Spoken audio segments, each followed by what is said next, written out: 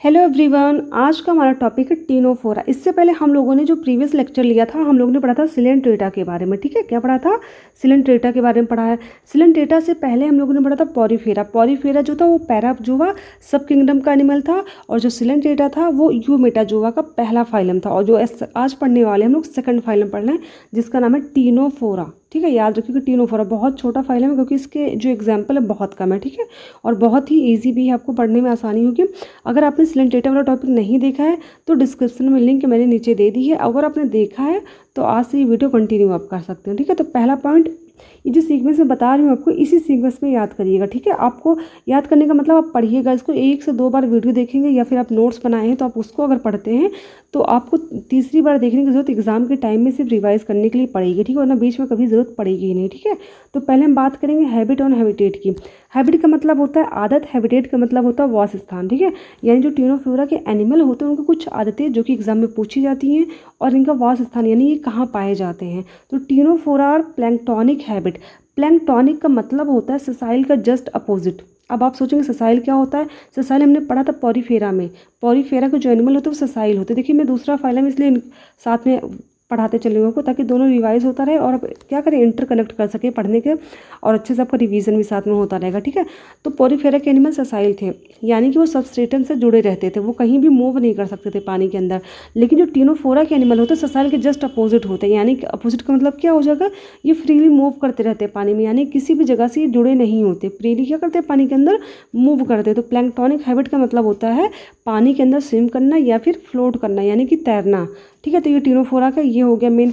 Next कहती है floating in the surface of water, यानी कि वाटर के सरफेस पे क्या करते हैं ये फ्लोट, यानी कि तैरते रहते हैं। ठीक है, एक्सक्लूसिवली मरीन। अब ये एक्सक्लूसिवली मरीन जो है ये टॉपिक मैंने क्यों लिखा, ये जो टर्म है ये एग्जैक्ट आपको एनसीईआरटी में देखने को मिलेगा, और मैंने एग्जैक्ट यहाँ पर कॉपी कर दी है इस वजह से क्योंकि इसका जो टर्म है इसकी मीनिंग जानना आपका बहुत ज़रूरी है। इसका मतलब होता है कि ये सिर्फ और सिर्फ मरीन वाटर में पाए जाते हैं, यानी कि सी जो सॉल्ट वाटर होता है, सलाइन वाटर होता है, ये सिर्फ वहीं पे पाए जाते हैं, ये फ्रेश वाटर में नहीं पाए जाते। इसलिए यहाँ पर लिखा है एक्सक्लूसिवली, यानी कि सबके सब जितने भी एनिमल 100% पूरा का पूरा सलाइन वाटर में ही प्रेजेंट होगा। ठीक है, यानी कोई एक्सेप्शन नहीं इसमें है। फिर दूसरा आता लेवल ऑफ ऑर्गेनाइजेशन। अब इसका जो लेवल होगा वो सिलेंट्रेटा का, आप याद रखिए सिलेंट्रेटा में जो भी चीज़ें हैं ना वो मेन आपका टीनोफोरा में सेम कॉपी मिलेगा, थोड़ा बहुत चेंजेस आपको मिलेंगे वरना सब कुछ फोटो कॉपी है उसी का। ठीक है, लेवल ऑफ ऑर्गेनाइजेशन सिलेंट्रेटा में भी टिश्यू था, टीनोफोरा में भी टिश्यू है। ठीक है, बट पॉरीफेरा में क्या था, सेलुलर था। अब बात करेंगे जर्म लेयर की।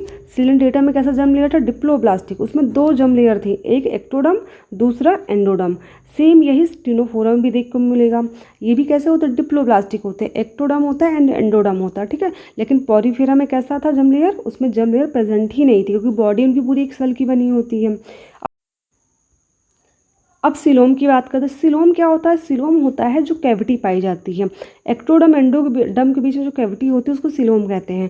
अब देखो क्या होता है, डिप्लोब्लास्टिक होते हैं, यानी कि इसमें एक्टोडम होता है बाहर की तरफ ऐसे, और बीच में क्या होता है, एंडोडम होता है, बट बीच में जो होती है कैविटी नहीं पाई जाती इनके बीच में। ठीक है, तो कैविटी ना पाने की वजह से इसको क्या बोलेंगे, सिलोम कैसा होगा, असिलोम होगा। ए सिलोम का मतलब होता है जब भी किसी टर्म के आगे आपको ए मिल जाए इंग्लिश में तो समझ जाइए इसका मतलब होता है एब्सेंट। ठीक है, मैं शब्दों के मीनिंग आपको इसलिए साइंस से बताती चलती हूँ कि ताकि थोड़ा बहुत शब्दों से आप समझना सीख जाएं। ठीक है, सिलोम के आगे क्या लगा, बस ए लग गया तो यानी कि असिलोमेट हो जाएगा, यानी कि इसमें सिलोम एब्सेंट होते हैं। और सिलेंट्रेटा में भी क्या थे, सिलोम एब्सेंट थे। ठीक है, बॉडी प्लान की अगर हम बात करें तो बॉडी प्लान कैसा होता है, blind sac aggregation. Blind sac का मतलब होता है कि इनकी बॉडी में सिर्फ सिंगल पोर होता है। कितने पोर होते हैं, सिंगल पोर होता है, जो कि माउथ की तरह भी काम करता है और किसकी तरह काम करेगा, एनस की तरह। ठीक है, यानी कि उसी सिंगल पोर से वो क्या करेंगे, न्यूट्रिशन लेंगे भी और उसी से वेस्ट मटेरियल बाहर भी निकालते हैं। ठीक है, तो बॉडी प्लान का आपको समझ में आएगा ब्लाइंड सैक होता है। तो ब्लाइंड सैक सिलेंट्रेटा में भी देखने को मिलता है और टीनोफोरा में मिलता है। ठीक है, बट अगर पॉरीफेरा की बात करें तो उसमें कैसा था, सेलुलर एग्रीगेशन था। ठीक है, अब नेक्स्ट देखते हैं सिमेट्री। अब सिमेट्री जो थी सिलेंट्रेटा की सिमेट्री कैसी थी, रेडियल थी, और रेडियल सिमेट्री जो होती है वो टीनोफोरा की भी होती है, जो कि मैंने बताया ना सिलेंट्रेटा और टीनोफोरा के लगभग सारे फंक्शन क्या होते हैं, सारे जो प्रॉपर्टी लगभग सेम है। ठीक है। तो रेडियल सिमेट्री इसमें भी देखने को मिलती है, रेडियल सिलेंट्रेटा के अंदर भी देखने को मिली थी।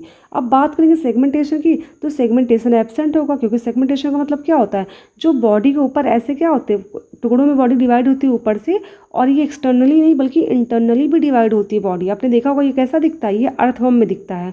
जो केचुआ होता है आपने देखा होगा उसकी बॉडी कैसी बनी होती है, कुछ ऐसे टुकड़ों में दिखते हैं ना, डिवाइड होते हैं। जोक, जिसको क्या बोलते हैं, जोक भी आप जानते होंगे ना, लीच कहते हैं उसको। तो ये तो हो गया आपका बेसिक। तो याद रखिए कि सेगमेंटेशन जो है वो एनेलिडा के पहले आप कहीं भी नहीं देखेंगे, वो सब में क्या होता है, एब्सेंट होता है। ठीक है, एनेलिडा में क्या होता है, प्रेजेंट होता है। सबसे पहला फाइलम जो है वो एनेलिडा है जिसमें सेगमेंटेशन देखने को मिलेगा। प्लेटीहेल्मिन्थीज में भी आपको सेगमेंटेशन मिलेगा, बट वो ट्रू नहीं होता। क्यों नहीं होता, क्योंकि उसमें जो सेगमेंटेशन होता है वो सिर्फ बाहर से देखने को मिलती है, अंदर से यानी कि इंटरनली सेगमेंटेशन नहीं होता। ठीक है, तो याद रखिए कि सेगमेंटेशन सिलेंड्रेटा में भी एब्सेंट होता है, पॉरीफेरा में भी एब्सेंट होता है, और टिनोफोरा में भी एब्सेंट है। नोटोकॉर्ड, नोटोकॉर्ड जो ये कैरेक्टरिस्टिक फीचर होता है, ये तो होता सबसे मेन होता है किसका, ये होता कॉर्डेटा का। तो कॉर्डेटा के पहले जितने भी फाइलम आप पढ़ेंगे उन सब में नोटोकॉर्ड क्या होता है, एब्सेंट होता है। ठीक है, ये चीज़ ध्यान रखिएगा। अब बात करेंगे फिजियोलॉजी की, यानी कि जो फंक्शन होते हैं इनकी बॉडी के अंदर, न्यूट्रिशन हो गया, डाइजेशन और एक्सक्रीशन, रेस्पिरेशन, जितनी भी प्रोसेस होती है वो सब फिजियोलॉजी के अंतर्गत आ जाती है। ठीक है, तो जो फिजियोलॉजी होती है उसमें हम देखते हैं क्या क्या है, जो कि टिनोफोरा का और सिलेंट्रेटा का कॉमन है। तो डाइजेशन की अगर बात करें तो सिस्टम तो एब्सेंट होगा, जाहिर सी बात है, क्योंकि इनके अंदर टिश्यू एग्रीगेशन है, तो जाहिर सी बात ऑर्गन तो होंगे नहीं। जब ऑर्गन नहीं तो ऑर्गन सिस्टम बनने की कोई बात ही नहीं हो सकती है। तो डाइजेस्टिव सिस्टम तो एब्सेंट होंगे, रेस्पिरेटरी सिस्टम भी एब्सेंट, सर्कुलेटरी सिस्टम भी एब्सेंट, एक्सक्रीटरी सिस्टम भी एब्सेंट, एंड नर्वस सिस्टम सारे एब्सेंट होते हैं। लेकिन हाँ, वो फंक्शन जो होता है वो बॉडी का कोई ना कोई पार्ट करता ज़रूर है। अब डाइजेस्टिव सिस्टम तो एब्सेंट है, लेकिन ये क्या, खाना तो खाएंगे, जाहिर सी बात है डाइजेशन तो करेंगे, वरना फिर इनको न्यूट्रिशन कैसे मिलेगा किसी भी काम को करने के लिए। तो जो डाइजेशन होता है वो इंट्रा सेलुलर भी होता है और एक्स्ट्रा सेलुलर भी देखने को मिलता है। ठीक है, जो कि हम सिलेंट्रेटा में पढ़ चुके हैं, सिलेंट्रेटा में भी सेम ऐसे ही था। उसमें भी जो डाइजेशन था वो इंट्रा सेलुलर भी था और एक्स्ट्रा सेलुलर भी था। इंट्रा का मतलब हो गया सेल के अंदर, और एक्स्ट्रा का मतलब होता है सेल के बाहर। ठीक है, यानी इनकी बॉडी के अंदर जो सेल पाए जाते हैं उन सेल के अंदर भी डाइजेशन होता है और सेल के बाहर भी डाइजेशन देखने को मिलता है। टिनोफोरा में भी यही होता है और सिलेंट्रेटा में भी यही होता है सेम। ठीक है, अब बात करते हैं रेस्पिरेशन की। रेस्पिरेशन क्या होता है, तो रेस्पिरेशन जो होता है बाई सिंपल डिफ्यूज़न, यही चीज़ सिलेंट्रेटा में भी थी, बाई सिंपल डिफ्यूज़न के द्वारा होती है। ठीक है, अब बात करेंगे सर्कुलेटरी सिस्टम की, तो ये तो एब्सेंट होता है इनमें, जाहिर सी बात है। फिर आता है एक्सक्रीशन। एक्सक्रीशन जो होता है ये भी, एक्सक्रीटरी सिस्टम जो होता है ये भी क्या होता है, इनमें एब्सेंट होता है। फिर नेक्स्ट आता है नर्वस सिस्टम। नर्वस सिस्टम जो होता है वो बहुत ही ज़्यादा डिफ्यूज टाइप का होता है, बट थोड़ा सिलेंट्रेटा की अगर हम बात कर लें तो सिलेंट्रेटा में क्या होता है, नर्वस सिस्टम तो एब्सेंट होता है, बट उसमें नर्व सेल जो थी वो नेट के फॉर्म में प्रेजेंट थी, क्योंकि सबसे पहला जो नर्वस सिस्टम का थोड़ा सा बेसिक स्टार्ट होता है वो सिलेंट्रेटा में ही देखने को मिला था। ठीक है, सिलेंट्रेटा में क्या होता है, आपने देखा होगा नर्वस सिस्टम क्या होता है, स्टार्टिंग जो उसकी नर्व सेल्स होती हैं वो सिलेंट्रेटा में ही देखने को मिलती है। लेकिन अगर बात करें टिनोफोरा की, तो टिनोफोरा में जो नर्वस सिस्टम होता है डिफ्यूज टाइप का होता है। ठीक है, फिर आता है रिप्रोडक्शन की, तो रिप्रोडक्शन जो होता है वो कैसा होता है, बाईसेक्सुअल। लेकिन सिलेंट्रेटा में कैसा था, यूनिसेक्सुअल भी था और बाईसेक्सुअल भी था, यानी कि उसमें जो मेल और फीमेल जो होते किसी किसी में एक ही प्लांट एनिमल के अंदर प्रेजेंट थे और किसी एनिमल में क्या थे, दोनों सेपरेट थे। बट अगर टिनोफोरा की बात करें तो इसमें सेक्सेस क्या होती है, सेपरेट नहीं होती हैं, यानी कि मेल और फीमेल एक ही एनिमल के अंदर प्रेजेंट होते हैं। ये कैसे होते हैं, बाईसेक्सुअल होते हैं। ठीक है, बट इनमें रिप्रोडक्शन की अगर हम बात करें तो सिर्फ सेक्सुअल होता है, इनमें सिर्फ सेक्सुअल रिप्रोडक्शन देखने को मिलेगा, असेक्सुअल देखने को नहीं मिलता है। ठीक, एंड अगर फर्टिलाइजेशन की बात करें तो फर्टिलाइजेशन जो होता है वो एक्सटर्नल होता है। एक्सटर्नल का मतलब पानी के अंदर होगा। ठीक है, अब बता डेवलपमेंट। डेवलपमेंट कैसा होगा, इनडायरेक्ट होगा। इनडायरेक्ट इसलिए होता है क्योंकि इसमें भी क्या होता है, लार्वल स्टेज पाई जाती है। देखिए एक चीज़ ध्यान रखिए कि जब भी हम बात करेंगे डायरेक्ट की, तो डायरेक्ट तब वहाँ पर होता है जब वहाँ पर लार्वल स्टेज क्या हो, एब्सेंट हो। लेकिन अगर इनडायरेक्ट दिया है डेवलपमेंट तो समझ जाइएगा वहाँ पर क्या लार्वल स्टेज प्रेजेंट है। ठीक है, तो वहाँ पर क्या होगा, लार्वा बनेगा, लार्वा बनने के बाद एडल्ट यानी कि जो एनिमल हम पढ़े वो बनने वाला है। ठीक है, तो अगर सिलेंट्रेटा की बात करें तो सिलेंट्रेटा में जो फर्टिलाइजेशन था वो एक्सटर्नल भी था और इंटरनल भी था, लेकिन टिनोफोरा में सिर्फ एक्सटर्नल ही देखने को मिलता है, ये चीज़ ध्यान रखिएगा। ठीक है, और डेवलपमेंट की अगर बात करें तो सिलेंट्रेटा में डेवलपमेंट जो था वो डायरेक्ट भी था और इनडायरेक्ट दोनों टाइप का था, लेकिन यहाँ पर सिर्फ इनडायरेक्ट है, यानी कि जितने भी एनिमल होंगे उन सब में क्या होगी, लार्वल स्टेज कन्फर्म प्रेजेंट होगी। सेंसरी स्ट्रक्चर की बात करें तो सिलेंट्रेटा में आपने देखा होगा स्टेटोसिस्ट प्रेजेंट था, तो यहाँ पर भी क्या होता है, स्टेटोसिस्ट प्रेजेंट होता है, टेंटिकल्स भी वहाँ प्रेजेंट थे, यहाँ भी प्रेजेंट है। ठीक है, तो क्या होता है, they may have tentacles in pair, यानी कि इनमें टेंटिकल्स होते हैं हैं जो कि कैसे होते हैं, पेयर में पाए जाते हैं, यानी कि जोड़ी में पाए जाते हैं, ठीक है। ये सेंसरी ऑर्गन होते हैं। और स्टेटोसिस्ट भी होता है। स्टेटोसिस्ट जो होता है बॉडी को बैलेंस करने में हेल्प करता है, ठीक है। तो स्टेटोसिस्ट जब भी आप पढ़ेंगे तो याद रखिएगा ये बैलेंसिंग का काम करता है। क्या करता है, बैलेंसिंग का काम करता है। यही काम जो होता है इसका वहाँ पर भी होता है, सिलेंट्रेटा में भी, और यही काम होता है टिनोफोरा के अंदर भी, ठीक। अब देख लेते हैं नेक्स्ट कुछ पॉइंट जो बहुत इंपॉर्टेंट है, जो कि आपके एनसीईआरटी में दिया गया है। Ctenophores commonly known as sea walnuts and comb jelly, यानी कि जो टिनोफोरा होता है इसको सी वॉलनट भी कहा जाता है और कॉम्ब जेली भी कहा जाता है। कॉम्ब यानी कंघी जो होती है उसको कहा गया, ठीक है। फिर है nematoblast are absent in tentacles. अब देखो निमेटोब्लास्ट यहाँ पर क्यों वर्ड यूज है। निमेटोब्लास्ट जो होता है ये एक सब्सटेंस होता है, ठीक है। ये पॉइजनस सब्सटेंस होता है जो कि पाया जाता है, जो सिलेंट्रेटा हमने पढ़ा था उसमें टेंटिकल पाया जाता है, उसके टेंटिकल्स के अंदर निमेटोब्लास्ट होता है। बट अगर बात करें टिनोफोरा के टेंटिकल्स की तो इसमें निमेटोब्लास्ट जो होता है वो एब्सेंट होता है, ठीक है। So they are called a Cnidaria. अब देखो नाइडेरिया, आपको यहाँ पर देखो नाइडेरिया का मतलब क्या होता है, सिलेंट्रेटा, ठीक है। सिलेंट्रेटा का नाम नाइडेरिया क्यों पड़ा था, क्योंकि उसके टेंटिकल्स में निमेटोब्लास्ट पाए जाते थे। बट यहाँ पर जो टिनोफोरा में, टिनोफोरा के टेंटिकल्स में निमेटोब्लास्ट एब्सेंट है, इसलिए इसका नाम क्या हो जाएगा, अनाइडेरिया हो जाएगा, ठीक है। तो याद रखिएगा अनाइडेरिया किसको कहते हैं, टिनोफोरा को कहा जाता है, ठीक है। ये बात बहुत इंपॉर्टेंट है। फिर नेक्स्ट देखते हैं, due to presence of 8 external row of ciliated comb, यानी कि क्या होता है, इनके बाहर क्या होती है बॉडी के 8 external row of ciliated comb, यानी कि सिलिएटेड 8 रो किसकी बनी होती है, कॉम्ब लाइक स्ट्रक्चर बनी होती है, ठीक है, कॉम्ब प्लेट्स। तो याद रखिएगा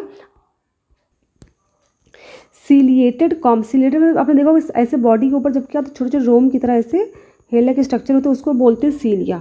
तो क्या होता है कॉम्ब लाइक, यानी कि कॉम्ब लाइक प्लेट होती है, उस पर क्या होता है सीलिया पाए जाते हैं। कॉम्ब लाइक प्लेट में जैसे प्लेट हो गया कॉम्ब लाइक, यहाँ पर क्या होगा सीलिया पाए जाएंगे, ठीक है। और कितने होते हैं, 8 रो में होती है। रो का मतलब समझते होंगे ना, जैसे ये एक रो ये हो गया, फिर 2, फिर 3, तो 8 रो में कैसे होती है, ये अरेंज होते हैं, ठीक है। इनको बोलते हैं कॉम्ब जेली, ठीक है। क्या बोलते हैं, कॉम्ब जेली, यानी कि इनके बॉडी के बाहर क्या होते हैं, सिलिएटेड कॉम्ब प्लेट जो होते हैं वो 8 रो में अरेंज होती है, इसी वजह से इसको कॉम्ब जेली कहा जाता है, ठीक है।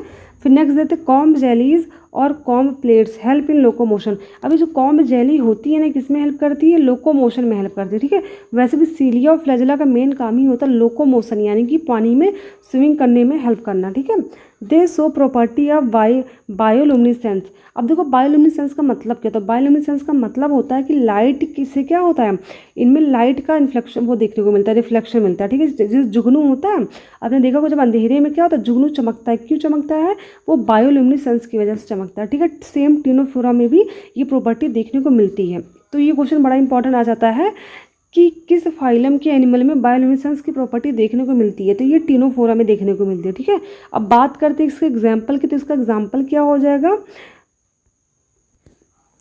प्यूरोब्लैकिया हो जाएगा एंड क्या हो जाएगा, टिनो प्लाना। तो याद रखिएगा पहला एग्जाम्पल क्या हो जाएगा, पहला हो जाएगा प्यूरोब्लैकिया, ठीक है, प्यूरोब्लैकिया, दूसरा क्या है, टिनो प्लाना है, ठीक है। 2 एग्जाम्पल हमने देख लिए, दोनों एग्जाम्पल जो है आपके एनसीईआरटी में दिया गया है। अभी डायग्राम हम देख लिए थे थोड़ा सा। अब ये डायग्राम अगर आपको दिख रहा होगा साफ साफ, ये एनसीईआरटी से मैंने डायग्राम लिया है, तो इसको छोटा इसलिए कर दिया ताकि वो समझ में आए।